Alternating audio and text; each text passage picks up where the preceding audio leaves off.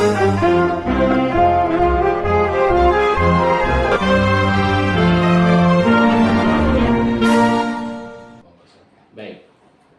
Assalamualaikum warahmatullahi wabarakatuh. Bismillahirrahmanirrahim. Innal hamdalillah nahmaduhu wa nasta'inuhu wa nastaghfiruh wa na'udzu billahi min syururi anfusina wa min sayyiati a'malina. May yahdihillahu fala mudilla lahu wa may yudlil fala hadiyalah. Asyhadu an la ilaha illallah wahdahu la syarikalah wa asyhadu anna Muhammadan abduhu wa rasuluhu la nabiyya ba'da. Qala Allah Ta'ala fi kitabihil karim, a'udzu billahi minasyaitonir rajim. Bismillahirrahmanirrahim. Ya ayyuhalladzina amanu taqullaha haqqa tuqatih wa la tamutunna illa wa antum muslimun. Wa qala aidan ya ayyuhalladzina amanu kutiba alaikumusiyam kama kutiba alal ladzina min qablikum la'allakum tattaqun.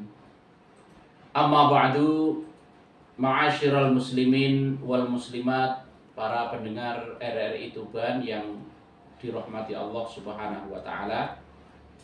Alhamdulillah, kita bersyukur kepada Allah Subhanahu wa taala yang senantiasa melimpahkan nikmat rahmatnya kepada kita semua, hingga pada kesempatan pagi hari ini kembali kita bisa berjumpa lewat siaran Mutiara Pagi Radio Republik Indonesia Tuban. Semoga perjumpaan kita ini senantiasa diiringi keberkahan, rahmat dan keridhaan Allah Subhanahu wa taala. Pada saat ini, para pendengar yang budiman, kita telah memasuki bulan Sya'ban, yaitu bulan yang setelahnya adalah bulan Ramadan. Sedangkan bulan Ramadan adalah bulan yang senantiasa kita nanti-nantikan kehadirannya karena banyaknya keutamaan, keagungan yang terdapat di dalamnya yang disediakan oleh Allah Subhanahu wa taala.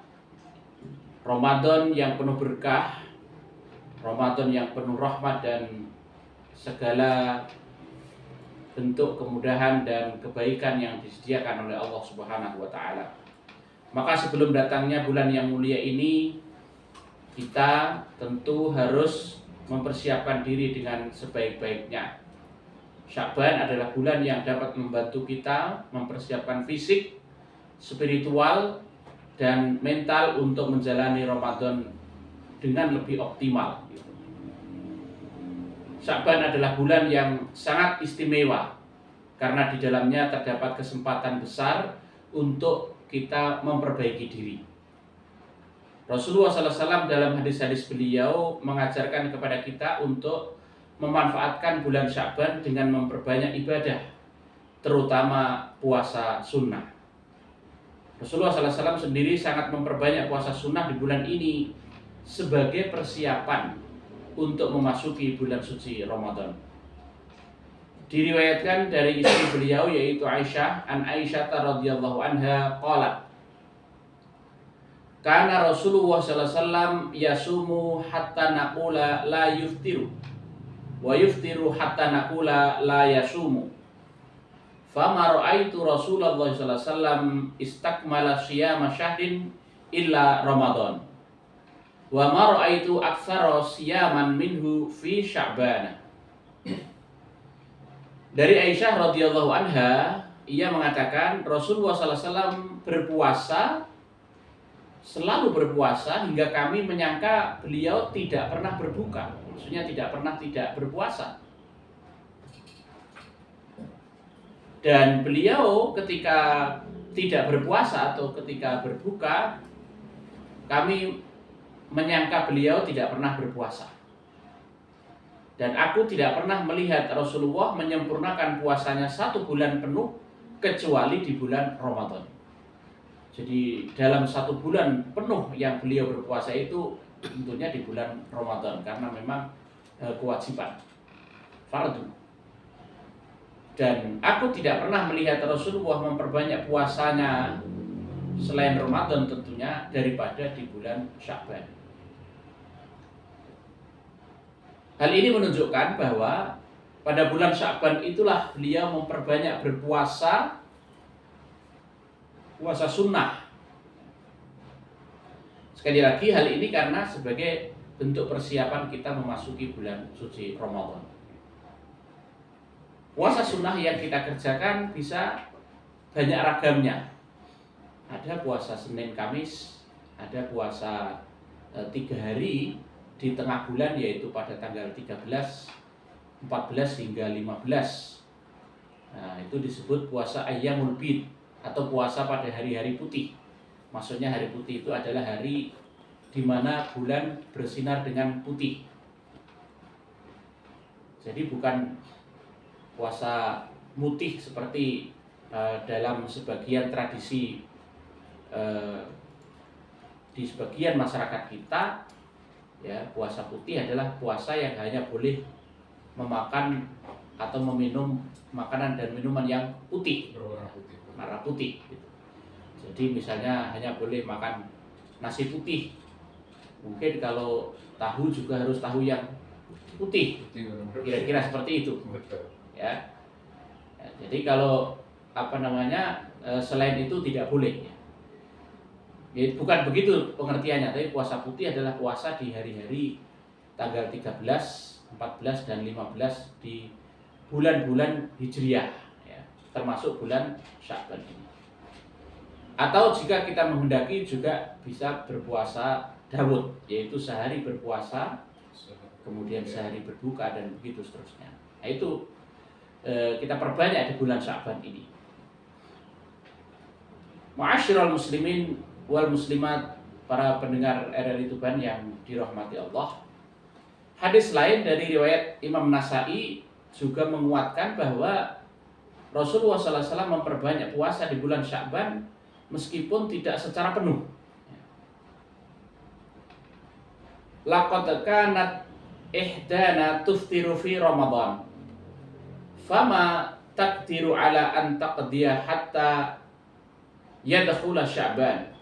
Wa makana Rasulullah sallallahu alaihi wasallam fi syahrin ma yasumu fi Sya'ban kana yasumuhu kullahu illa qalilan bal kana yasumuhu kullahu. Salah satu dari kami terbiasa berbuka di bulan Ramadan dan tidak mampu untuk mengqadha puasa tersebut hingga memasuki bulan Sya'ban, ya.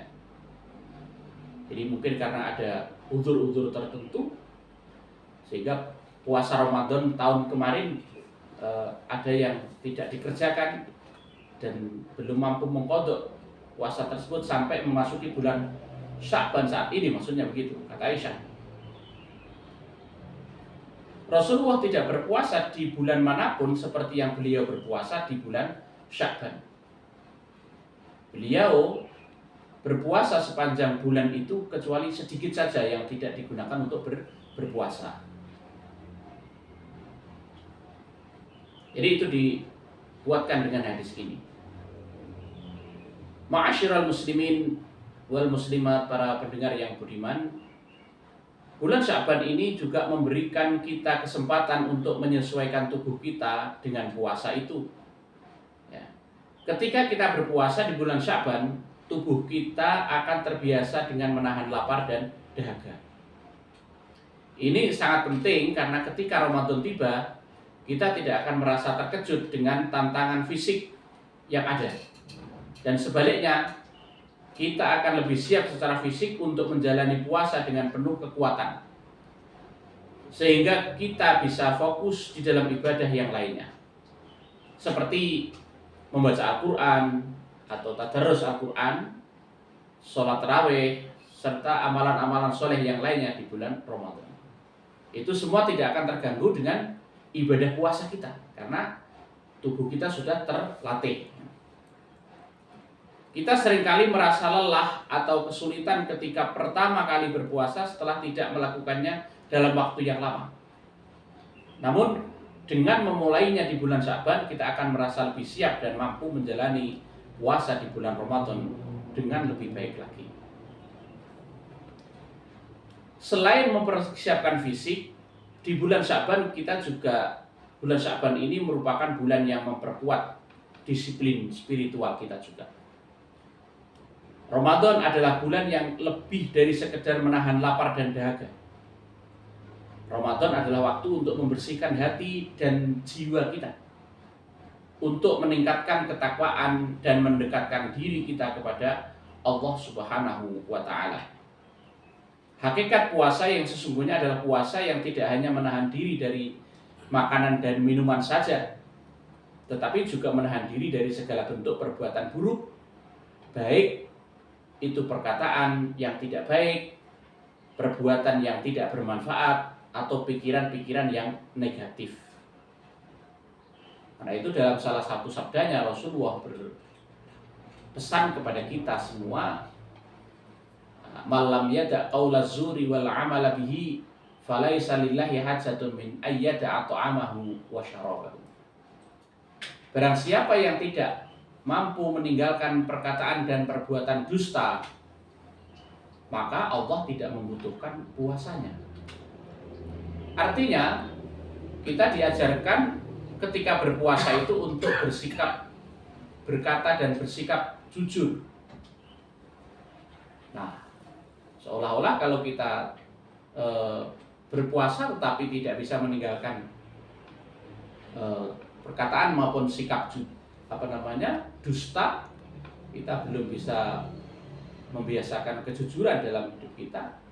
Puasa kita tidak ada artinya, tidak membekas. Hal ini bukan berarti kalau tidak puasa kita boleh dusta, bukan begitu. Maksudnya agar puasa yang kita kerjakan itu mendidik kita, melatih kita, membiasakan kita untuk selalu dapat berkata dan bersikap jujur dalam kehidupan kita, sehingga itu menjadi sesuatu yang terus menjadi kebiasaan dalam hidup kita. Nah, Sya'ban ini juga merupakan waktu yang tepat untuk melatih diri kita dalam mengendalikan nafsu dan memperbaiki perilaku kita. Melalui puasa sunnah di bulan ini, kita diajarkan untuk lebih disiplin dalam menjaga diri dari segala hal yang dapat merusak puasa kita, baik secara fisik maupun spiritual. Ini adalah pelatihan bagi jiwa kita agar ketika Ramadan tiba, kita siap untuk menjalani puasa dengan penuh keikhlasan dan ketakwaan yang tinggi. Karena puasa yang diterima oleh Allah Subhanahu wa Ta'ala adalah yang dijalani karena berdasarkan keimanan dan juga ikhlas, karena semata-mata mengharapkan ridho Allah Subhanahu wa Ta'ala. Sebagaimana sabda Rasulullah, ya, man shoma ramadhana imanan wahtisaban ghufira lahu ma taqaddama min dzambi. Barang siapa yang berpuasa pada bulan Ramadan didasari karena iman dan ikhlas semata-mata mengharapkan ridho dari Allah Subhanahu wa Ta'ala, maka akan diampunilah dosa-dosanya yang telah lalu. Sehingga ini tentu melatih kita untuk bersikap disiplin secara spiritual. Jangan ada motivasi-motivasi yang lain selain bahwa kita ingin mendapatkan ridha Allah Subhanahu wa Ta'ala. Nah, mulai bulan Sya'ban ini itu kita latih. Sehingga ketika Ramadan, ibaratnya kalau perang itu kita memasuki medan yang sesungguhnya, kita sudah siap karena sudah berlatih. Seandainya tentara begitu, ketika belum memasuki medan perang yang sesungguhnya sudah terlatih untuk menghadapi musuh. Apa itu musuhnya? Yaitu hawa nafsu kita.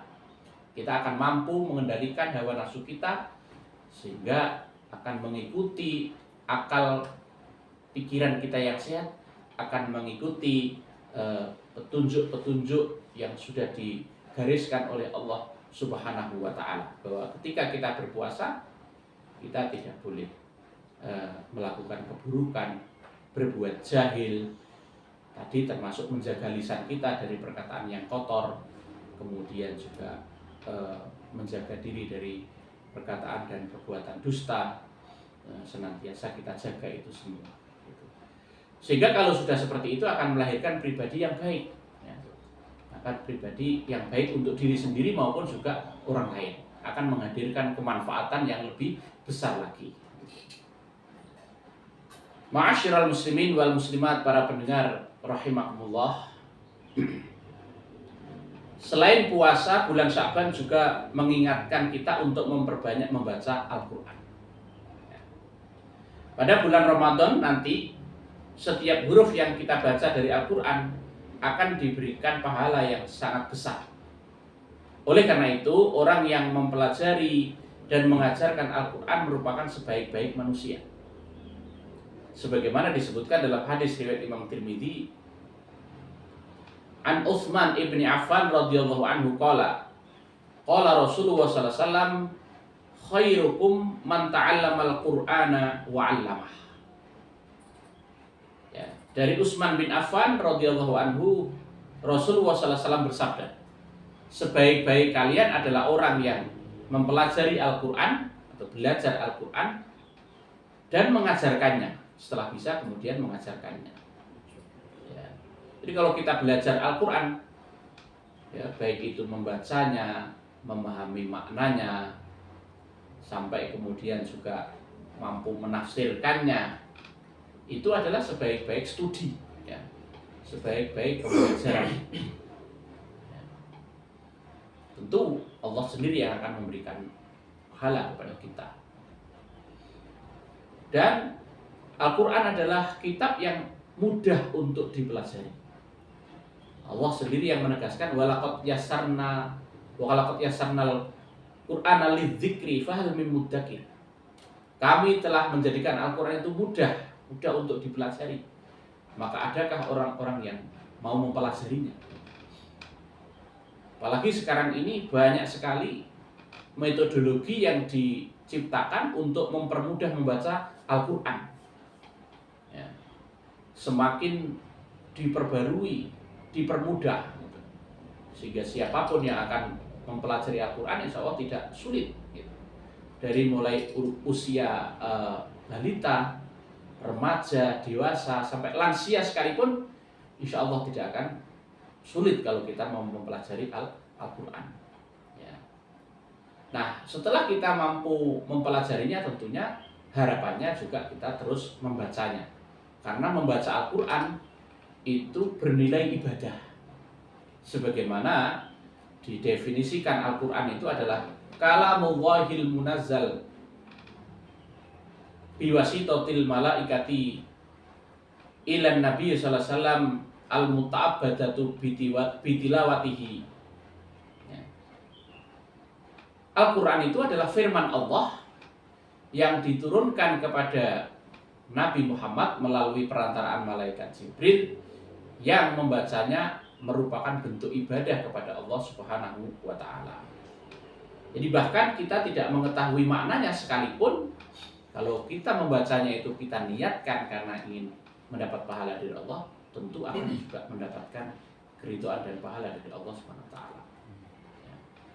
Karena itu setiap satu huruf yang ada di Al-Quran yang kita pelajari adalah merupakan satu kebaikan. Kemudian yang berikutnya, setelah kita mampu mempelajarinya juga mengajarkannya, itu termasuk salah satu ilmu yang bermanfaat. Ya. Jadi belajar kemudian mengajarkan Al-Quran, ya, kepada orang lain. Seperti yang saya katakan tadi, bahwa sekarang ini banyak sekali metodologi untuk bisa mempelajari Al-Quran dengan mudah. Ya. Dulu kita mengenal ada metode cara cepat membaca Al-Quran, misalnya Iqra. Iqra itu memakai metode langsung. Jadi artinya santri tidak perlu mengeja. Ya, ini hurufnya apa, kalau tanda bacanya seperti ini, dibaca apa, tidak perlu. Tapi ustadz atau gurunya langsung memberikan contoh. Kalau ada huruf tegak seperti tongkat, kemudian ada tanda baca dengan mendatar agak miring sedikit ke bawah, itu dibaca A gitu. Kemudian ada seperti kapal, di bawahnya ada tanda titik satu, ada tanda di atasnya yang mendatar juga sedikit miring ke bawah, dibaca ba, dan seterusnya. Itu namanya direct method, metode langsung. Jadi begitu eh, baca ada tulisan seperti itu membacanya begini. Lalu kemudian santri menirukan. Metode itu sangat efektif karena santri langsung diperkenalkan ini dibaca apa. Meskipun belum mengetahui ini namanya huruf apa dan tanda baca seperti ini namanya tanda baca apa. Yang penting bisa baca dulu. Nah, baru kemudian nanti kalau sudah bisa baca akan dijelaskan ini namanya huruf ini, tanda baca ini namanya ini dan seterusnya. Itu salah satu metode yang banyak dipergunakan oleh masyarakat kaum muslimin di Indonesia khususnya. Jadi banyak cara untuk mempelajari Al-Quran itu dan kemudian juga mengajarkannya. Nah, para pendengar yang dirahmati Allah, dengan membiasakan diri membaca Al-Quran di bulan Sya'ban, kita akan lebih siap untuk membaca dan merenungkan ayat-ayat Allah di bulan Ramadan. Ya, di mana itu akan semakin memperkuat iman kita kepada Allah Subhanahu wa Ta'ala. Ya. Karena di bulan Ramadan nanti tentu kita juga harus mempunyai target masing-masing kita. Apakah kita akan mempunyai target terhadap diri kita satu hari misalnya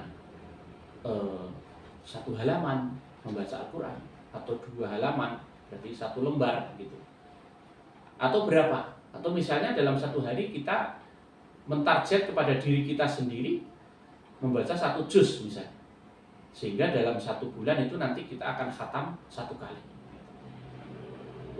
Terlalu sebentar, terlalu sedikit kalau hanya khatam 1 kali. Maka kita tetapkan dalam diri kita paling tidak khatam 2 kali, ya kan gitu. Jadi kalau mau khatam 2 kali, 1 hari kita harus membaca 1 juz begitu. Ya. Ya, intinya sesuai dengan kemampuan kita masing-masing. Dan jangan sampai tidak ada target. Gitu. Kalau tidak ada target itu nanti kadang baca, kadang tidak, kan gitu. Nah, kita sangat tidak ingin menyia-nyiakan momentum Ramadan. Nah, oleh karena itu sekali lagi di bulan Sya'ban ini kita melatihnya, ya. Kita juga melatihnya supaya nanti tidak kaget. Mungkin di bulan Sya'ban ini target kita belum terlalu tinggi, terlalu banyak, ya. Tapi nanti ketika yang tadi saya ibaratkan itu begitu kita memasuki medan perang Ramadan itu betul-betul kita sudah menyiapkan diri kita untuk memasukinya dengan sebaik-baiknya. Nah, berikutnya ma'asyiral muslimin wal muslimat, para pendengar yang dirahmati Allah Subhanahu wa Ta'ala, kita juga perlu membiasakan diri melatih diri ketika di bulan Ramadan ini untuk melakukan qiyamul lail, ya, sholat malam gitu. Karena kita tahu bahwa di bulan Ramadan itu ada satu ibadah yang biasa dikerjakan bersama-sama secara berjamaah meskipun tidak wajib sesungguhnya, yaitu sholat tarawih. Sholat tarawih, ya. Sholat tarawih biasanya dikerjakan secara berjamaah di awal malam. Nah, pada bulan Sya'ban ini kita juga melatih, meskipun tidak secara berjamaah, kita berusaha untuk selalu sholat malam, ya. Kalau bisa kita laksanakan secara penuh, tentu itu sangat ideal, ya. Jadi sholat malam dengan witirnya.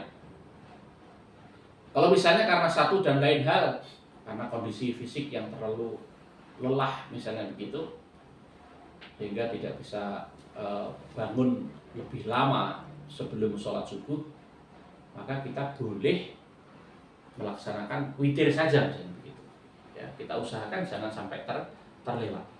Karena sholat malam mempunyai keutamaan yang sangat tinggi di hadapan Allah SWT. Ya, Allah berfirman, "Wa minal laili fatahajjat bihi nafilatan lak asa ayyab'atsaka rabbuka maqaman mahmuda." Ya. Di antara malam-malam itu bertahajudlah kamu, ya, kepada Allah sebagai bentuk ibadah amalan sunnah untukmu, ya, ibadah tambahan, gitu. Semoga mudah-mudahan dengan demikian Tuhanmu akan memberikan kedudukan yang mulia kepadamu. Asa ayyab'atsaka rabbuka maqaman mahmuda. Banyak persoalan-persoalan yang kadang tidak bisa kita selesaikan secara fisik, ya, secara material, maka kita mengadukan hal itu, ya, menyerahkan, mengembalikan urusan itu kepada Allah Subhanahu wa taala, insya Allah akan mendapatkan jalan keluar terbaiknya. Karena pada malam hari, terutama sepertiga malam yang terakhir, itu dijelaskan oleh Rasulullah, Allah turun ke langit dunia untuk memperkenankan munajat atau doa-doa dari hamba-hambanya yang meminta kepadanya. Jadi kita mungkin kalau perlu dipaksakan untuk bisa bangun sebelum subuh itu, kalau perlu di sepertiga malam terakhir kita gunakan waktu untuk bermunajat dengan sholat malam, sholat tahajud di hadapan Allah Subhanahu wa taala. Ya. Sepertiga malam terakhir, kalau malam itu misalnya kita bagi menjadi 3, ya. Jadi mulai jam 8, 9, 10, 11, 12, 1, 2, 3 sampai 4. Berarti ada 9 jam. Sepertiganya berarti sepertiga terakhir, ya. Mulai jam 2, ya. 2, 3, 4 itu kita gunakan untuk bangun malam gitu. Idealnya seperti itu. Kalau tidak bisa ideal seperti itu, ya dikurangkan lagi gitu, mungkin berapa 1 jam misalnya. Kalau tidak bisa juga berapa menit kurang dari 1 jam. Tapi kita usahakan jangan sampai untuk tidak sholat malam begitu. Jadi itu karena keutamaannya yang begitu besar di sisi Allah Subhanahu wa taala. Kalau kita memperturutkan hawa nafsu kita untuk tidur, tentu kita akan dikalahkan gitu. Ya. Kalau kita sudah dikalahkan oleh nafsu kita, tentunya kita kehilangan momentum untuk semakin mendekat kepada Allah Subhanahu wa taala. Padahal ketika kita bisa bangun itu, kita bisa beristighfar, merenungkan semua kesalahan, semua dosa kita, ya. Ya Allah, kenapa hari ini begitu banyak perbuatan maksiat yang aku kerjakan? Ya, pada malam itulah kesempatan terbaik kita untuk mengadukan semuanya kepada Allah Subhanahu wa taala. Tolonglah aku ya Allah agar bisa menghindarkan diri dari berbagai bentuk kemaksiatan dan perbuatan dosa ini, untuk kemudian kembali kepadamu untuk bertaubat, memohon ampun kepadamu. Bimbinglah aku. Ya Allah, kenapa masalahku begitu banyak yang menghimpitku? Ya, berilah aku kekuatan untuk menghadapinya. Nah, itu akan memungkinkan kalau kita bangun di malam hari. Ya. Kalau di siang hari mungkin karena kebisingan, belum lagi kesibukan, dan gitu. Kadang-kadang itu tidak bisa kita lakukan dengan sangat khusyuk, gitu. Tapi suasana malam yang hening itu akan sangat mendukung kita. Nah, karena itu betul-betul kita latih. Sekali lagi dalam tanda kutip, kadang perlu kita paksakan. Ya, fisik kita paksakan untuk itu. Gitu. Nah, kemudian yang berikutnya di bulan Sya'ban ini, sebelum memasuki Ramadan, nanti kita juga perlu melatih diri kita untuk terbiasa melakukan kebaikan-kebaikan, baik itu dengan infak, sedekah, zakat, dan sebagainya. Kita biasakan untuk berbagi, gitu, ya. Mungkin dengan segala keterbatasan kita bahkan, gitu. Kita biasakan untuk berbagi dengan orang lain. Karena di bulan Ramadan nanti, ya, segala jenis bentuk infak, sedekah, dan zakat akan dilipat gandakan oleh Allah SWT, berlipat-lipat. Nah, mumpung di bulan Sya'ban ini kita juga, ya, mungkin dengan infak 1.000, 5.000, 10.000, sesuai dengan kemampuan kita masing-masing. Itu kita latih, kita biasakan untuk membantu kesulitan saudara kita, kan gitu. Ya, apapun yang kita bisa dan bahkan tidak harus dalam bentuk materi, gitu ya. Dalam bentuk apapun itu yang bisa kita kerjakan, kita kerjakan. Gitu. Nah, kadang hal itu juga perlu kita paksakan. Ada ungkapan saya belum bisa ikhlas sehingga belum bisa berinfak. Nah, kan gitu. Sesungguhnya pernyataan itu nampaknya benar, tapi tunggu dulu, itu pernyataan yang menjebak. Itu adalah dari setan supaya kita enggan melakukannya. Ya, yang betul adalah kita infak dulu baru ikhlas, gitu. Karena kalau kita tidak infak, bagaimana kita bisa ikhlas, gitu. Jadi kadang ikhlas itu harus kita paksakan juga, gitu.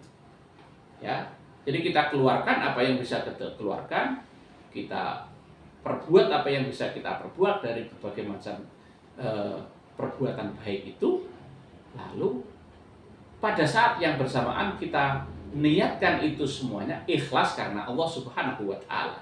Jadi tidak boleh dipisah-pisahkan. Jadi kita berbuat dengan ikhlas, gitu. Dan sebaliknya, orang tidak bisa ikhlas kalau tidak berbuat. Masa mau ikhlas tidak ada sesuatu yang dikerjakannya, kan begitu. Jadi oleh karena itu, nah ini juga sesuatu yang perlu kita biasakan.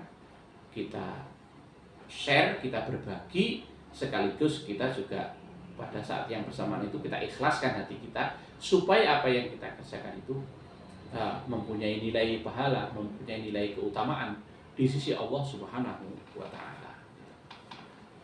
Karena misalnya di dalam bulan Ramadan nanti Rasulullah itu menegaskan, ya, barang siapa yang memberikan berbuka puasa kepada orang yang berpuasa, ya, maka dia akan mendapatkan pahala seperti pahala orang yang berpuasa itu tanpa mengurangi pahala orang yang berpuasa sedikit pun.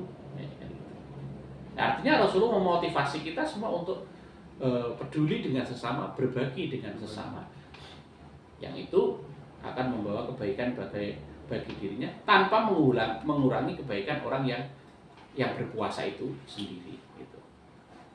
Nah, kadang-kadang kita berpikir sempit.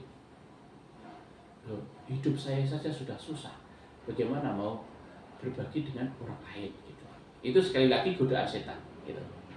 Kalaupun kemudian kita sudah berkecukupan, tapi mempunyai cara berpikir yang seperti itu, sulit juga kita akan berbagi. Jadi berbagi itu bukan soal kita berlebih atau tidak berlebih, tetapi kita mempunyai komitmen dalam diri kita, ya, untuk berinvestasi bagi kehidupan kita di sisi Allah atau tidak. Gitu. Jadi karena itu, ini pun juga kadang perlu kita, dalam tanda kutip, perlu kita paksakan. Gitu. Karena kalau kita tidak mulai, ya bisa-bisa kita terlena dengan pikiran-pikiran yang negatif seperti itu. Ya. Ma'asyiral muslimin wal muslimat, para pendengar RRI Tuban yang dirahmati Allah Subhanahu wa Ta'ala. Kemudian persoalan zakat itu disampaikan, kalau infak sedekah itu kan sesuatu yang sifatnya bebas, tidak ada ketentuan khususnya begitu. Tentunya juga zakat perlu kita mulai persiapkan dari sekarang gitu, ya.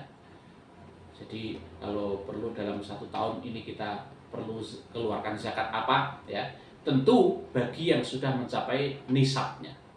Nisab itu adalah batas minimum kepemilikan harta pada seseorang yang harus dikeluarkan zakatnya. Itu kalau zakat mal. Kalau zakat fitrah, zakat bahan pokok makanan, itu dikeluarkan setiap orang Islam yang tidak dalam kondisi fakir dan miskin. Fakir dan miskin itu adalah orang yang tidak mampu memenuhi kebutuhan makannya untuk hari esoknya. Nah, gitu. Itu disebut fakir dan miskin. Karena itu orang yang seperti itu justru diberikan zakat fitrah. Zakat dari bahan pokok makanan gitu. Tapi ketika kita untuk yang dimakan besok dan besoknya itu kita masih mempunyai kemampuan, maka kita wajib mengeluarkan zakat fitrah. Nah, justru yang lebih penting dan juga wajib kita laksanakan itu zakat mal, ya. Zakat mal itu ada bermacam-macam. Zakat atas kepemilikan harta benda kita, ya. Ada zakat ternak misalnya begitu. Jadi kalau kambing itu berapa ekor, kemudian sapi berapa ekor, unta kan gitu. Itu semua ada ketentuannya di dalam fikih zakat. Gitu. Ya. Kemudian zakat tanam-tanaman, ya biasanya disebutkan dalam fikih itu 5 wasak, ya sekian kuintal begitu. Ya. Dan itu pun nanti juga masih ada ketentuan apakah tanaman itu diairi dengan air dari hujan, sumber mata air, atau dengan cara irigasi, dengan cara pengairan yang mengebor dari tanah misalnya kan begitu. Itu zakatnya berbeda. Kalau dengan irigasi itu nanti 5% zakatnya, tapi kalau dari air hujan atau dari sumber mata air itu 10%. Kapan dikeluarkan? Ketika masa panen tiba gitu. Ya. Begitu pula dengan zakat perdagangan, ya, dan juga zakat penghasilan, zakat profesi disebutnya kadang-kadang. Itu semuanya juga perlu kita pahami karena dia juga termasuk salah satu dari rukun Islam yang apabila tidak kita tunaikan, ya Islam kita tidak sah. Sama halnya dengan sholat.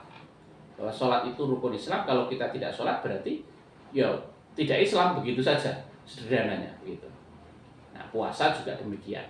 Ya. Lalu kemudian zakat itu yang kewajiban terikat dengan harta benda yang kita miliki. Nah, oleh karena itu ini juga paling tidak perlu kita pahami sejak saat ini di bulan Sya'ban ini. Lalu kemudian pada bulan Ramadan nanti juga perlu kita bayarkan, perlu kita tunaikan dengan sebaik-baiknya. Karena menunaikan zakat adalah termasuk salah satu ciri orang mukmin yang disebutkan oleh Allah. Walladzina hum lizzakati fa'ilun. Orang-orang mukmin itu adalah orang-orang yang menunaikan atau membayarkan zakat mereka. Kemudian yang terakhir di bulan Sya'ban ini nanti kita juga membiasakan diri untuk berakrab-akrab dengan masjid, ya gitu. Nanti di bulan Ramadan itu ada satu ibadah yang utama namanya i'tikaf. I'tikaf itu berdiam diri di masjid untuk beribadah, berzikir kepada Allah Subhanahu wa taala, berdoa dan amalan-amalan yang lain yang intinya untuk fokus beribadah kepada Allah Subhanahu wa taala. Itu namanya i'tikaf gitu. Tapi kalau berdiam diri di masjid maksudnya untuk istirahat, untuk tidur, tidak ada niatan untuk itu, tidak dinamakan i'tikaf gitu. Jadi misalnya seorang musafir yang kemalaman di jalan lalu istirahat di sana, ya bukan i'tikaf gitu. Ya kecuali kalau dia meniatkan untuk memang fokus ibadah di situ, itu dinamakan i'tikaf. Jadi itu hal-hal yang perlu kita persiapkan, Bapak Ibu para pendengar yang budiman, yang insya Allah dirahmati oleh Allah Subhanahu wa taala. Selama bulan Sya'ban ini, mari bersama-sama kita mempersiapkan diri dengan sebaik-baiknya. Fisik kita siapkan, jiwa dan akal pikiran kita siapkan, hati mulai kita bersihkan, ya, sehingga memasuki bulan Ramadan nanti betul-betul kita sudah siap, optimal, dan kita akan meraih keutamaan-keutamaan yang ada di dalamnya. Keluar dari bulan Ramadan dengan segala kewajiban yang sudah kita tunaikan, insya Allah kita akan keluar dalam keadaan fitri, dalam keadaan bersih dari berbagai macam dosa, sehingga itu kita pertahankan dan terus kita pertahankan stabil seperti itu.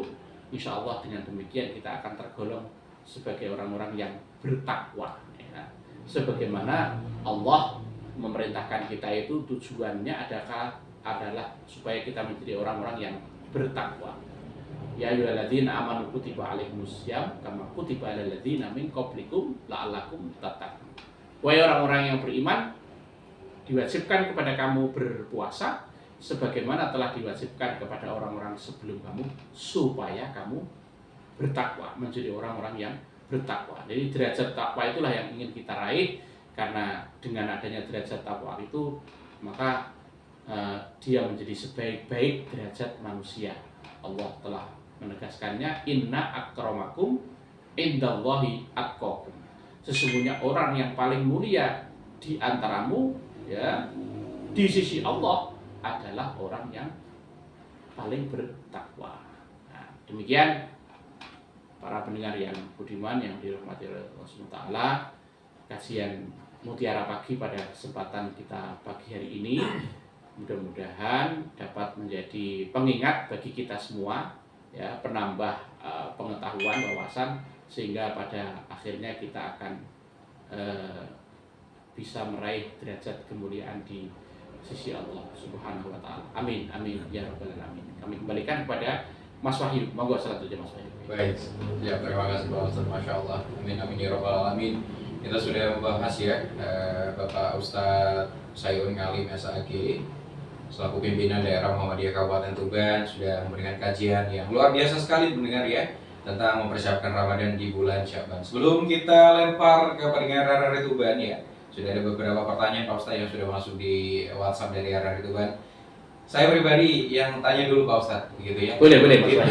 Kita memasuki pukul 6 waktu Indonesia bagian Barat tentang digital detox Pak Ustadz. Ya. Sekarang ini kan mungkin tantangan begitu ya terbesar bagi netizen, khususnya anak-anak muda yang ada di Kabupaten Tuban ini adalah gadget begitu Pak Ustadz. Iya. Nah, apabila apakah di bulan Syaban ini kita perlu melakukan diet medsos atau memilah gitu ya agar nanti pas Ramadan mata dan juga hati kita tuh bisa lebih fokus kepada Al-Quran, dan juga kalau misalnya iya bagaimana tipsnya Pak Ustadz untuk kita bisa menghindari konten-konten negatif tersebut Pak Ustadz?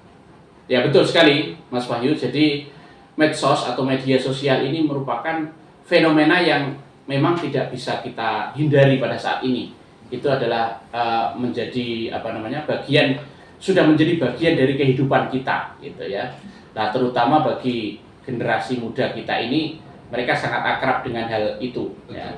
Nah, karena itu bisa membawa kebaikan, tapi di sisi yang lain juga bisa membawa hal yang negatif gitu. Maka kita harus kelola dengan sebaik-baiknya. Saya sangat sepakat bahwa medsos ini juga harus kita jadikan media dakwah kita gitu.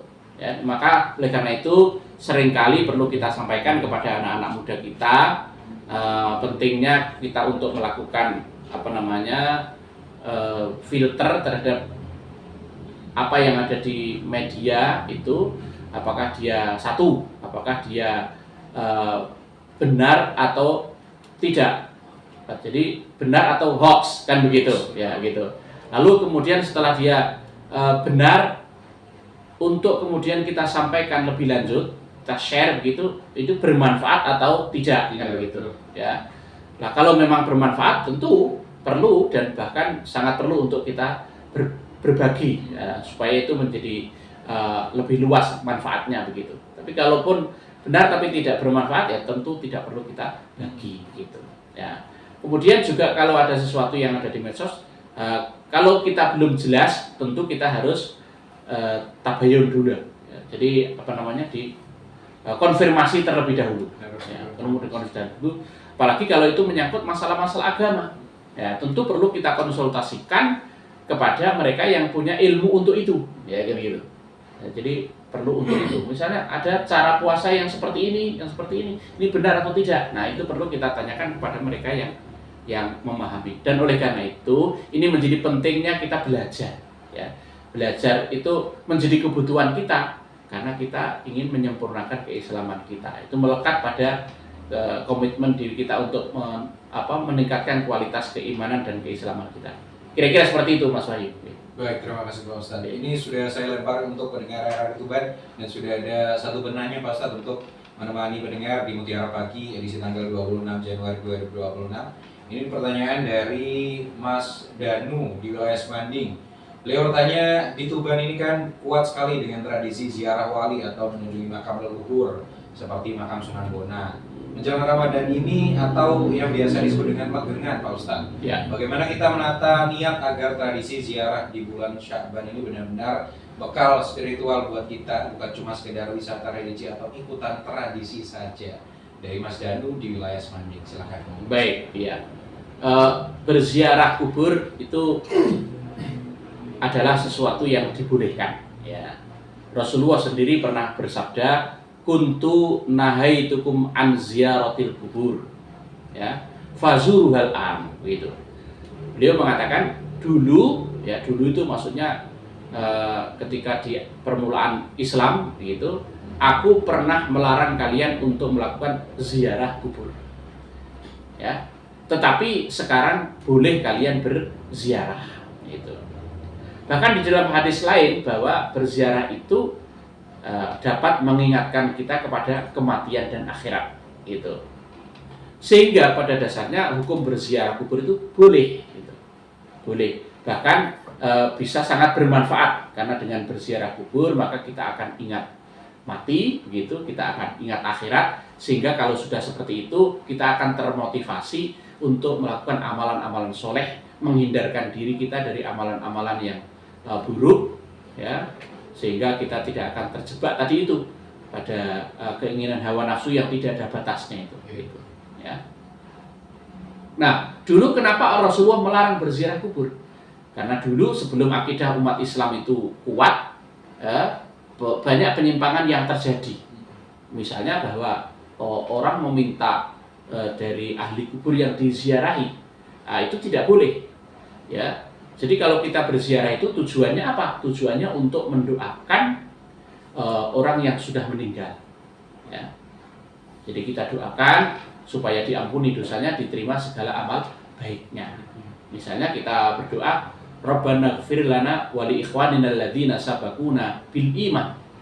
Ya, wahai Tuhan kami, ampunilah dosa-dosa kami dan dosa saudara-saudara kami yang telah pergi mendahului kami, ya, dengan membawa iman. Ya. Wala taj'al fi qulubina ghillan lil ladzina amanu. Janganlah engkau jadikan di hati kami ada kebencian terhadap orang-orang yang beriman.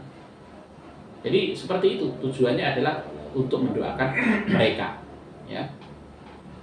Jadi bukan untuk justru meminta kepada ahli kubur itu, gitu. Atau memohon kepada Allah melalui perantaraan orang yang sudah meninggal itu, gitu. Jadi itu ziarah yang tepat yang seperti itu. Kemudian juga adab-adabnya juga harus kita perhatikan. Misalnya ketika kita akan memasuki kuburan itu harus mengucapkan salam dulu, ya. Assalamualaikum ya ahlal kubur, antum salafuna wa nahnu bikum lahiqun insyaallah, kan begitu. Ya, semoga keselamatan, kesejahteraan buat kalian wahai para penghuni kubur. Kalian telah mendahului kami dan kami pun akan menyusul, gitu, ya. Jadi mengucapkan salam terlebih dahulu. Kemudian ketika kita berjalan juga tidak melangkahi kubur itu, gitu. Kita berjalan di antara sela-selanya. Bahkan kita disunahkan untuk melepas alas kaki ketika memasuki kuburan itu. Meskipun hal itu juga tentu perlu kita lihat kondisi kuburannya. Ya, kalau misalnya penuh dengan duri-duri yang tajam yang bisa menyebabkan kaki kita terluka, ya jangan dipaksakan seperti itu. Tapi kalau memungkinkan kondisi kuburannya bersih dan baik begitu, ya kita disunahkan untuk melepas alas kaki, ya. Nah, kemudian setelah itu, ya tadi yang kami sampaikan, kita berdoa menghadap ke arah kiblat, lalu mendoakan untuk orang yang sudah meninggal itu, dan yang terakhir tentunya menjadi pengingat bagi kita, ya gitu. Sehingga pada dasarnya boleh kita lakukan kapanpun begitu, ya. Terutama kita menjelang Ramadan ini, ya supaya kita memperbanyak ini istighfar, penyesalan diri, dan bertekad untuk memperbaiki diri, melakukan banyak aktivitas ibadah dan amal soleh yang lainnya. Kira-kira begitu Mas Wahyu. Baik, terima kasih, semoga terjawab pertanyaan dari Mas Dani yang ada di Semanding.